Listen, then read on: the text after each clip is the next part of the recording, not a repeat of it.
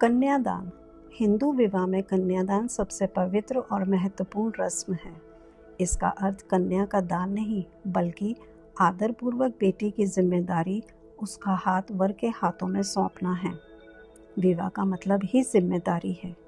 इस रस्म के द्वारा माता पिता अपनी बेटी की सारी जिम्मेदारी आज से आजीवन के लिए अपने दामाद को सौंपते हैं, जिसके बाद दूल्हा जीवन भर उस कन्या की रक्षा और जिम्मेदारी का वचन देता है, जिसके गवाह वर वधू दोनों परिवारों के सदस्य, रिश्तेदार और कुछ सामाजिक लोग होते हैं।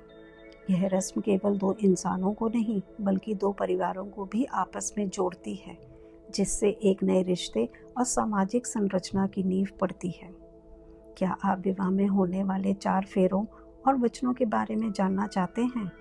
हिंदू विवाह में 7 फेरों का नहीं, बल्कि 4 फेरों का ही विधान है।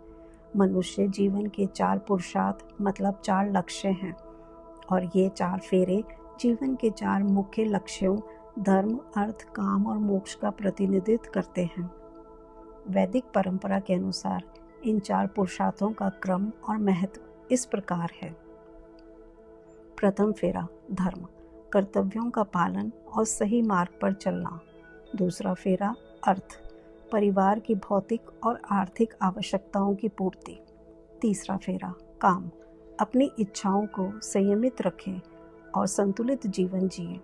गृहस्थ जीवन में प्रेम, आनंद और संतान की प्राप्ति। चौथा फेरा मोक्ष, आध्यात्मिक उन्नति और जन्म मरण के बंधन से मुक्ति। इन चारों का संतुलन ही एक आदर्श जीवन की पहचान है। इसलिए पुरुषार्थ हमें सिखाता है कि जीवन में हर लक्ष्य का अपना ही एक स्थान और मर्यादा होती है। 7 नहीं, 7 फेरों और वचनों का ही विधान है। वचन मतलब संकल्प। वर वधू मिल गई यह संकल्प इसलिए लेते हैं ताकि उनका वैवाहिक जीवन खुशी और आनंद से भरपूर रहे। हिंदू विवाह में फेरों के दौरान एक और बेहद पवित्र और महत्वपूर्ण रस्म निभाई जाती है, जिसे गठबंधन कहते हैं। इसमें दूल्हे के पटके और दुल्हन की चुनरी या साड़ी के पल्ले को आपस में बांधा जाता है।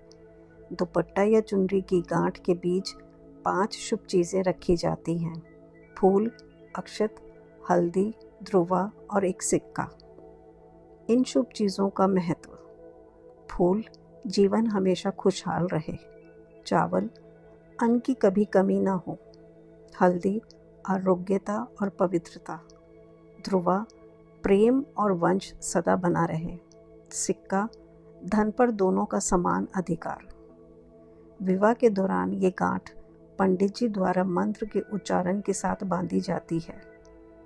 इसका उद्देश्य दोनों को एक दूसरे के सुख दुख और जीवन के लक्ष्यों में एक दूसरे का पूरक बनना है। यह रस्म इस बात का प्रतीक है कि वर वधू अब शारीरिक, मानसिक और आध्यात्मिक रूप से एक दूसरे के साथ बंध गए हैं।